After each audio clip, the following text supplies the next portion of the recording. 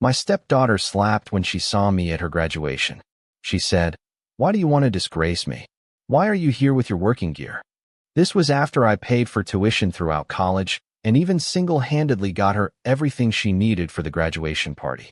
I left calmly without a word. What happened next was rather unexpected. I will tell you how everything unfolded. First, let me quickly thank you for your continuous support. This means a lot to us. If you enjoy the stories we share, kindly subscribe to this channel.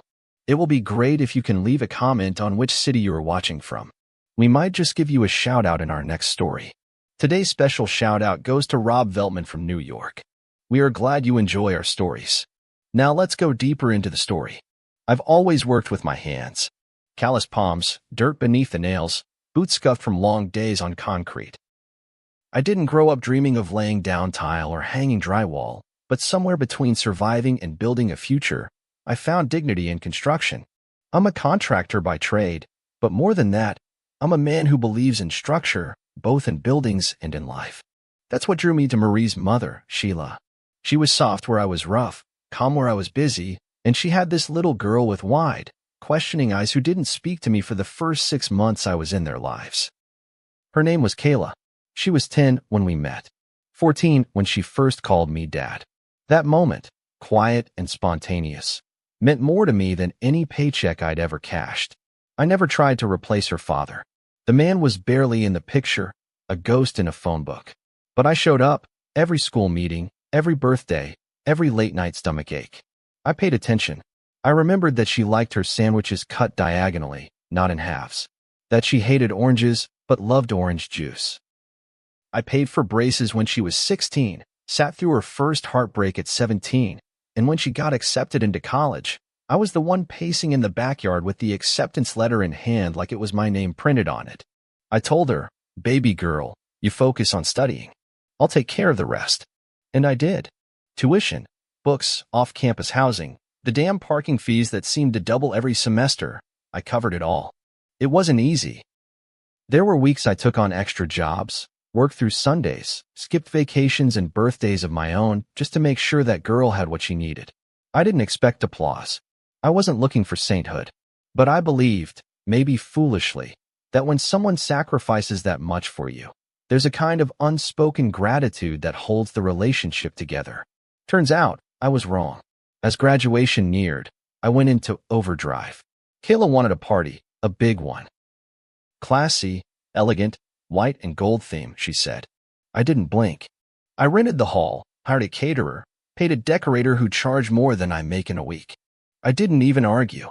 Just figured, she deserves a beautiful celebration. I wanted her to shine. I pictured myself there, watching her laugh with her friends, giving a toast maybe, quietly standing in the background like I always had, proud but invisible. That's how I've always loved, quietly, steadily, without a need to be seen. The morning of the ceremony, I woke up early and ironed my best pair of khakis. Not a suit. I don't own one. But a clean, button-down shirt, polished boots, even wore cologne Sheila had bought me years ago. I didn't think much of it. This was how I looked most days, presentable, respectful. Maybe not flashy, but solid. I drove to the university, heart thudding in my chest. I parked, found the building, and waited outside with the other families. Some were dressed in heels and ties, others in sundresses, and there I was, just me, hands in pockets, heart full. When I finally saw her walking toward me in that cap and gown, my eyes welled up before I could stop them. She looked beautiful, strong, like everything I'd worked for had materialized into this one moment. I smiled and stepped forward, arms open, ready to hug her. Then she slapped me, right there, in front of God and the parking lot. A stinging, open palm crack across my cheek that spun my head slightly to the side. I tasted metal in my mouth, felt every eye in the vicinity snap toward us. But the only thing I heard, clearer than the slap, was her voice. Cold, cutting, cruel. Why do you want to disgrace me? Why are you here with your working gear? For a moment, I didn't even register the words. My mind just repeated her voice like a broken record. Disgrace me? My hands dropped. I stood still, blinking at her like maybe this was a joke. But her face was twisted in embarrassment. Like I was the problem. Like my presence. Me, the man who paid her way, who bent backward for 4 damn years, was an eyesore. I didn't respond, didn't shout, didn't cry. I just turned around and walked back to my truck, slow and silent, like someone who'd just witnessed the final scene in a play they didn't know was ending. On the drive home, my fingers gripped the steering wheel so tight I thought it might snap. But I didn't curse. I didn't scream. I just sat there shaking, grieving. Not her success, but the version of her I thought I knew. By the time I pulled into my driveway, something had shifted inside me. A crack, then a collapse. Years of giving, loving, protecting, repaid with public humiliation. And not by a stranger, by the girl I'd raised. The girl who used to fall asleep on my shoulder during road trips.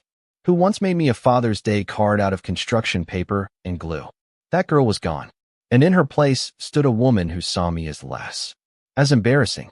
As disposable. But not anymore. I didn't sleep that night. I sat at the edge of my bed, boots still on, staring at the floor like it held answers I'd missed for the past 8 years. My phone buzzed with missed calls and text messages. From Sheila, from cousins, from some friends who had seen what happened. But I didn't answer. I couldn't. I wasn't ready to put words to what I felt because it wasn't just hurt. It was betrayal. A kind that clung to your ribs and made you question every choice you'd made in someone's name. I kept replaying it, her face twisted in disgust, her hand in the air, her voice like venom. Disgrace me. I'd built my life around making sure she never lacked, and somehow, I'd become her shame. The week leading up to graduation had been a blur of errands and invoices. Kayla wanted everything perfect, and I didn't hesitate. I'd built a second bathroom for a client just to cover the decorator's retainer. I took 2 side jobs, one finishing a basement, the other pouring concrete for a neighbor, to afford the party DJ and a custom cake with fondant roses and edible glitter. I even drove 2 towns over to pick up helium balloons shaped like 2025 because she didn't trust the local shop to get it right. She called the theme timeless elegance, and I was proud she had a vision, proud she cared about celebrating. I told her, you deserve this, even though I was too tired to stand some nights. I remember laying down on a plywood stack at a job site one evening, closing my eyes just for a second and thinking, she better smile when she walks into that room. That smile will make all this worth it. But there had been signs. Little moments I ignored because I didn't want to believe they meant anything. The way she snapped at me when I mispronounced her friend's name. The time she corrected me for saying college instead of university in front of her professor. The increasing silence between us, like my presence was becoming more of a formality than a comfort. I chalked it up to stress. Finals, pressure, nerves. I never imagined it was shame. That I was the thing she was trying to keep in the shadows. I would have rather she spit in my face in private than humiliate me like that in front of a crowd I helped pay for. The party was still scheduled for the next day. That's what cut the deepest. She hadn't canceled it. She hadn't even texted me after the slap. No apology. No explanation. Just silence. Like I was the one who owed her space. I could have pulled out. Could have called the caterer and told them not to show. But I didn't. Maybe it was pride. Maybe I wanted to see if she'd come to her senses, acknowledge the harm she caused. I kept my distance and let it ride. The party was as grand as she wanted.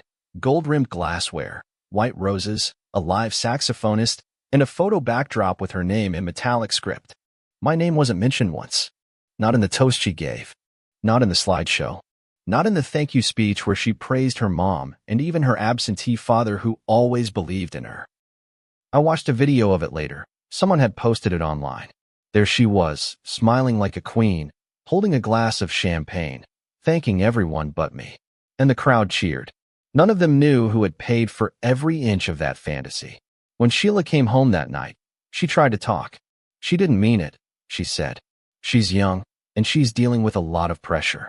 I looked at her, barely holding back the wave of disappointment rising in my chest. And I'm dealing with a lot of betrayal, I replied.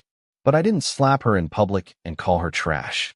Sheila sighed, looked down, and said, you know she loves you. I shook my head. She loves what I give, not me. And I meant that. Deep in my bones, I knew the truth. Love is a verb, not just a word. And her actions screamed louder than any apology could whisper. I walked out of that room and sat on the porch, letting the night air cool the heat burning behind my eyes. That was when I made up my mind. This wasn't a phase. It wasn't a mistake. It was a mirror, and it showed me exactly where I stood in her life. I was her wallet, her errand runner, her quiet servant in boots and a name tag. And now that she was somebody, I was a relic of where she came from, someone she needed to hide. Well, fine. Let her hide. Let her pretend I never existed. The next morning, I called my banker, told them to cancel the automatic payments for her rent and car note. Then I called the lawyer. My will was straightforward. Everything I had built over a lifetime, my house, my savings, the land I bought for retirement, all of it was once going to her. Not anymore. I removed her name, left it blank. Maybe one day I'd donate it all to a trade school or give it to a kid who'd never slapped the hand that fed them. But it sure as hell wasn't going to her. When the paperwork was done, I picked up my phone and left one message. Calm. Direct. Final. Don't ever reach out to me again. I didn't yell. I didn't curse. I just ended it. Because some lines, once crossed, don't lead back home. There's a particular kind of silence that follows public humiliation. It doesn't sound like anything at all. It feels like pressure behind your eyes, heat crawling up your neck, the blood in your ears pounding loud enough to drown out common sense. When she slapped me in that parking lot, I didn't hear gasps or whispers. I heard that silence. Heavy. Total. Like the world had stopped to take notice of my disgrace, then politely looked away. Her hand had dropped almost as quickly as it rose, but the sting lingered, sharp, intimate, a mark not on my face but on something deeper. Pride? Dignity? I couldn't tell. All I knew was that I was standing in front of the girl I'd raised for nearly half her life, and she looked at me like I was dirt beneath her designer heels. I didn't say anything, not a word. I just looked at her, waiting for some flicker of remorse, some glimmer of shock. Oh God, what did I just do? But it never came. Her eyes were narrowed, her mouth pressed tight. She was furious I had shown up, furious that I had the audacity to stand there in my work clothes and muddy boots, like I hadn't just bled for her future. I stood there in my Sunday best, still modest by most standards, and she saw a laborer in embarrassment. Not the man who kept her fridge full through undergrad. Not the one who sold his vintage toolbox to help pay her security deposit. No, just some man she used to know. The crowd parted around us. A couple of her friends giggled awkwardly and looked away. An usher hovered like he wanted to intervene, but didn't know who to address. A few parents whispered behind their programs. And I just stood there, humiliated, grounded to the asphalt like a man buried up to his neck. Everything in me wanted to ask why. But I didn't give her the satisfaction of my confusion. I nodded once, just enough to register the wound, and turned around without another glance. I walked out of that moment as if it were on fire behind me, as if nothing was salvageable anymore. I made it to my truck, sat behind the wheel, and stared at the dash for what must have been 20 minutes. My hands were shaking, not from rage, but from the overwhelming weight of clarity. This wasn't a teenage tantrum or a momentary lapse in judgment. This was who she'd become. This was what I'd raised. I thought back to every science fair, every doctor's appointment, every ride to school with gas I couldn't afford. I'd missed holidays, left job sites early, taken insults from clients just to be there for her. And this slap was my reward. Not the physical pain. That was nothing. It was the message behind it. The deep, cutting rejection of everything I had poured into her. My very existence was now something she felt ashamed of. I kept playing it back in my head, over and over. The slap. Her voice. That venom. Why do you want to disgrace me? That line split me wide open. Disgrace her? Me? After everything? I wasn't the one who should have been ashamed. I was the one who sacrificed. I was the one who showed up. And yet, in her eyes, I was a burden, a relic of her past she didn't want to carry into her bright, polished future. What hurt wasn't that she said it. It was that she meant it. By the time I drove off the campus, I felt a part of me harden in a way I didn't know was possible. Love doesn't just vanish, not real love. But it can recede. It can protect itself. It can say, no more. And that's what mine did. It pulled back into the safest corners of my heart and slammed the door. I didn't cry. I didn't rage. I just decided. A clean break. No announcements. No warnings. The kind of decision that doesn't need to be shouted because it speaks for itself. When I got home, I didn't even take off my boots. I walked straight to the living room and sat on the edge of the couch like I was waiting for a verdict. Sheila came in a few hours later, talking fast, already making excuses. She didn't mean it. She was just nervous. Her friend said something about your clothes. I put my hand up. Not forcefully. Just enough to signal that I didn't need the translation. Don't, I said. Don't stand there and try to dress it up. You saw what happened. You saw how she looked at me. Sheila's mouth opened, then closed. She nodded and walked away. I think she knew. Deep down, she knew this wasn't fixable. That night, I drafted the message. It took me less than 30 seconds. Just one line. Don't ever reach out to me again. I didn't reread it. I didn't soften it. I sent it and turned my phone off. I went outside, sat on the porch with a beer, and stared at the sky. The stars didn't offer any comfort. They just blinked, indifferent to my loss.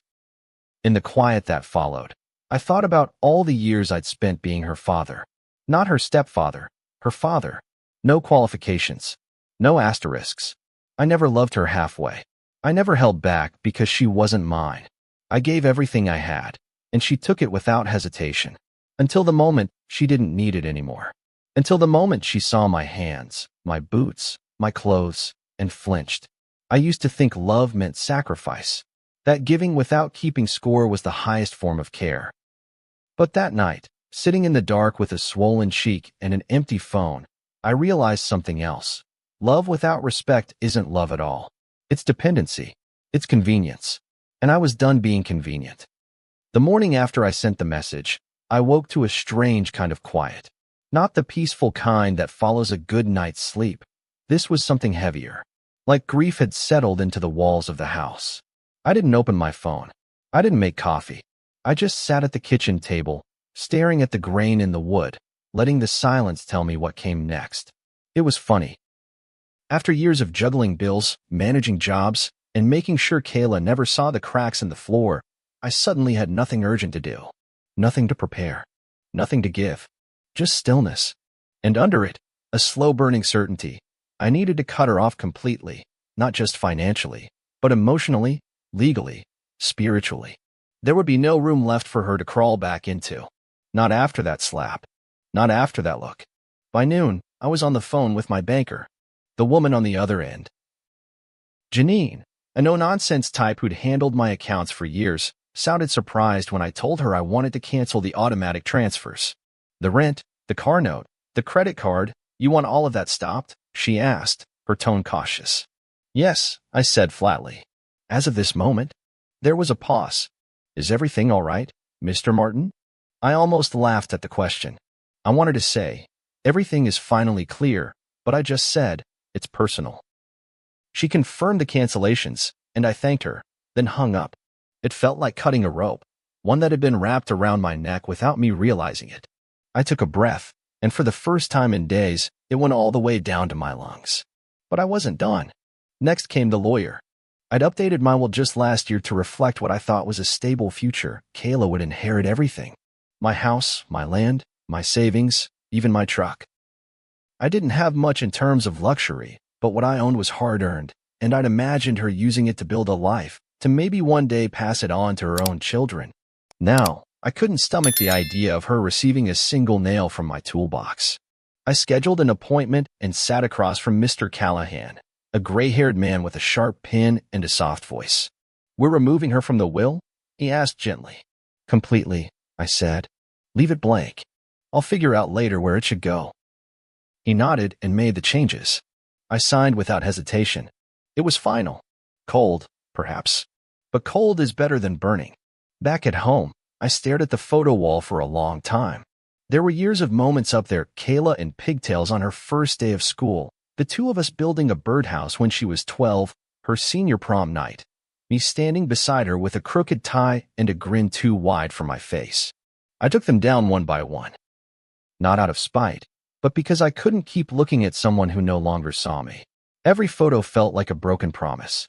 I boxed them, sealed the lid, and shoved it into the back of the hall closet. I told myself, this is closure. But it felt more like burial. Sheila came home that evening with red eyes and tight lips.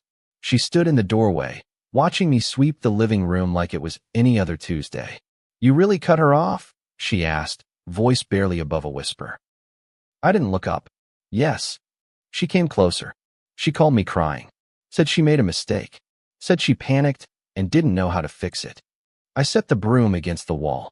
That's not my concern anymore. She sat down slowly, as if the weight of what I'd done was heavier than she expected. She's your daughter, she said, not accusing, just stating. I shook my head. She was. I raised her. I loved her. But what she did, that wasn't a mistake. That was a choice. We didn't speak much after that. Sheila looked at me differently from then on. Like part of her admired the line I drew, and another part feared I might draw it with her someday too. But I wasn't cutting people off to be cruel. I was cutting them off to protect the part of me that still believed in loyalty, in love that doesn't humiliate you. I had given Kayla more than money. I had given her presence, sacrifice, and unconditional effort. And she had shown me what I was worth when I was no longer useful to her image. That's not a mistake. That's a lesson. 3 days passed before I heard from Kayla. Not directly, through Sheila. Apparently, she had been calling nonstop, leaving voicemails, texting long paragraphs, some apologizing, others blaming me. You embarrassed me, one read. You could have worn something decent. Another, I was under pressure. I didn't mean to slap you. I just snapped. Sheila tried to hand me the phone, but I pushed it back. She doesn't get access to me just because she's scared of the consequences. That was the thing about boundaries. They only meant something if you honored them when it hurt. Later that night, I sat in my workshop, the place where I built everything that mattered. Projects lined the shelves, birdhouses, picture frames, furniture for clients. My hands still worked. My eyes still saw straight. My heart? Still broken, but steadier now. I ran my fingers along the grain of a cedar plank and whispered, never again. Not to the wood, not to the air, but to myself. I wasn't angry anymore. I was resolute. That was the cut. And it was clean. It started with silence, then the flood. After days of ignoring her calls, her texts, her frantic attempts to patch over what she'd shattered, Kayla showed up. No warning. No preamble. Just the sound of tires on gravel and a frantic knock at the front door one sticky Saturday morning. I was in the garage, sanding down a reclaimed headboard I'd promised a client. I heard the knock but didn't move right away. Part of me hoped she'd leave. That maybe she'd read the message I'd sent for what it was. Final. But she didn't. The knocking turned into pounding. And when I stepped outside, there she was, makeup smudged, hair pulled back in a messy bun, wearing a hoodie I didn't recognize. Her face was a mess of tears and desperation. The same mouth that called me a disgrace now trembled like a child begging not to be left behind. Dad, please, she said before I could speak. That word. That damn word. It hit me square in the chest, made my breath hitch for a second. But I didn't answer. I stood in the doorway, arms crossed, heart locked behind ribs that had spent a week hardening into stone. She took a step forward. I'm sorry. I don't know what I was thinking. I was embarrassed and stupid and scared in it. I shouldn't have done that. I know I shouldn't have, but I didn't mean it like that. You know I didn't, right? Her voice cracked halfway through, and she crumbled to her knees like her legs gave out. It was a pitiful sight. One I'd have bent to once. One I'd have rushed to fix. But I didn't move. Sheila stood behind me, watching from the kitchen window. I didn't have to turn to know she wanted me to be merciful. But mercy without change is just enabling. And I'd enabled enough. Kayla sobbed into her hands, still kneeling like she was offering herself up for penance. I'll pay you back, she choked out. I'll take a second job. I'll sell the car. Just don't leave me like this. I blinked slowly, feeling a strange sort of detachment in my bones. Like I was watching a stranger beg for something I used to care about. You're not here because you love me, I finally said, voice low and steady. You're here because the money stopped. She looked up, wounded. That's not true. I swear it's not, Dad. I was just overwhelmed. You came looking like, you know how people can be. I didn't want them to judge me. I shook my head. So you judged me first. Her mouth opened, then shut. Her hands fell to her lap. I made a mistake, she whispered. 1 moment. 1 second. Doesn't that mean anything? I looked her square in the eyes. A mistake is forgetting my birthday. A mistake is missing a call. You didn't make a mistake. You made a statement. In front of the world. And now you want to erase it because the consequences finally showed up. She cried harder. The kind of cry that tries to crawl into your sympathy and pitch a tent. But I'd cried already. Alone. In silence. And it had dried into resolve. You taught me something that day, I said, stepping out onto the porch. You taught me exactly what I am to you. Disposable. Embarrassing. Replaceable. And that's not something I can forget. Or forgive. She crawled forward, hands clasped like a prayer. Please, just let me explain. Let me try to fix it. I'll do anything, I swear. I backed away. No, you'll do nothing. That's the difference now. You don't get to fix this. You don't get another try. I'm not a learning curve. You don't get to humiliate me and then test your way back into my life. She finally stood, wiping her face with her sleeve, and for a moment, something shifted in her expression. A flash of anger. A hint of defiance. So that's it, she spat. After everything I've been through, you just shut the door? Like I never meant anything? I took a slow breath. You did mean something. And that's why this hurts so damn much. But I won't keep a place in my life for someone who only respects me in private and rejects me in public. She shook her head, sniffling. You're being dramatic. I laughed. Just once, bitter and soft. And you're still deflecting. She stood there another minute, hoping maybe I'd waver. That maybe the old version of me, the one who broke his back and his bank for her, would surface. But that man had been buried the day she slapped him in front of his own sacrifice. When she realized I wasn't moving, wasn't yielding, she walked back to her car. No more begging. No more pleading. Just silence. And this time, it was mine. Sheila came out an hour later, sitting beside me on the porch without saying a word. She didn't try to console me. She knew better. Some wounds don't need bandages. They need boundaries. You all right? She asked quietly. I nodded, though I wasn't. Not entirely. She said she'd pay you back, Sheila murmured. I stared at the sky. She can keep her money. I'll keep my peace. That night, I didn't dream. I didn't toss and turn. I just laid there, awake but calm. I thought about all the things I'd done for her, how none of it had been for show. I never needed praise. I never asked for applause. All I wanted was respect. And when that proved too costly for her, I learned the most valuable lesson of all. Love that doesn't come with respect is not love worth keeping. She had begged. She had cried. But I had already decided. And for once, that decision didn't feel like punishment. It felt like self-respect. It's strange how quiet life becomes once you finally stop begging to be seen. Weeks passed since Kayla last showed up, and the air around the house felt different, thinner, lighter. Not because the grief had vanished, but because the weight of constantly justifying my love was gone. I could breathe without waiting for the next betrayal. I could sit on my porch with a cup of black coffee, feel the breeze, and not wonder whether I was being taken for granted somewhere. That stillness had a shape to it, almost sacred. It wasn't happiness, not exactly. But it was clarity. And after everything I had endured, the slap, the public disgrace, the begging that followed, it was enough. I didn't erase her entirely. I kept one photo of her tucked inside an old cigar box beneath my workshop bench. It was a small snapshot, Kayla at 13, smiling with frosting on her nose from a birthday cake I'd baked myself. That version of her, the girl before the disdain, before the shame, before she turned my love into something ugly, she still mattered. That child had been mine in every real way, but she no longer existed. And I refused to keep dragging the shell of her memory into my present. The woman she'd become?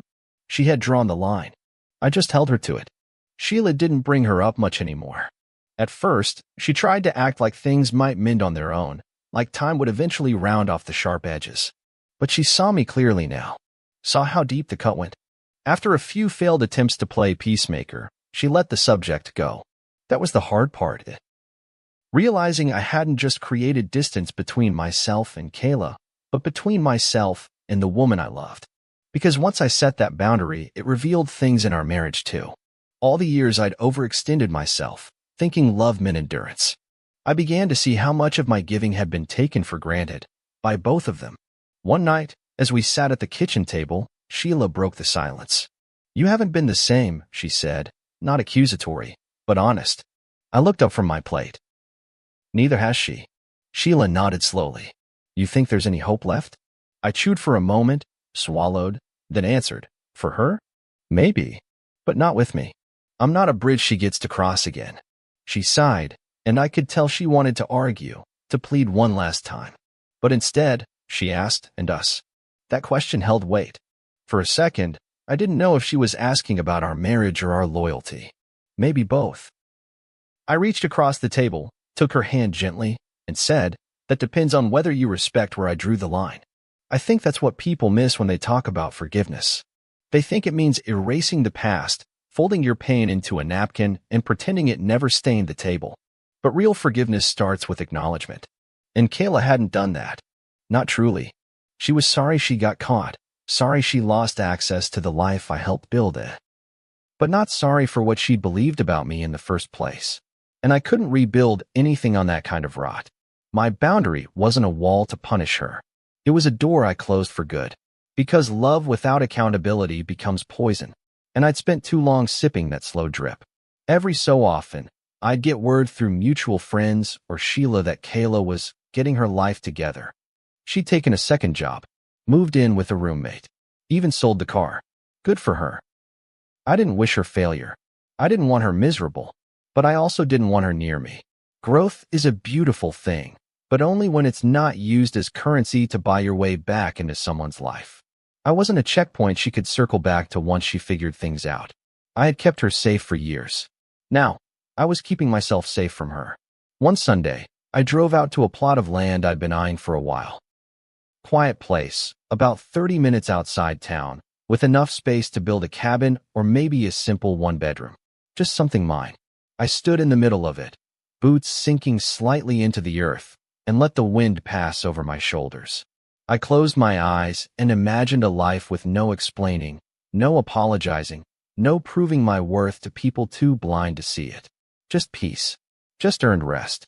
And for the first time in years, I felt like that future was possible. Like I wasn't just surviving someone else's expectations anymore. Back home, I finally cleaned out the drawer where I used to keep Kayla's spare keys, mail, and old documents. It had become a kind of shrine to my enabling, a space where I kept making room for someone who'd shown they didn't want me. I tossed most of it, shredded the paperwork, burned the copies. I even threw out the spare key. There was something deeply final about it. A closing ceremony, not out of anger, but release.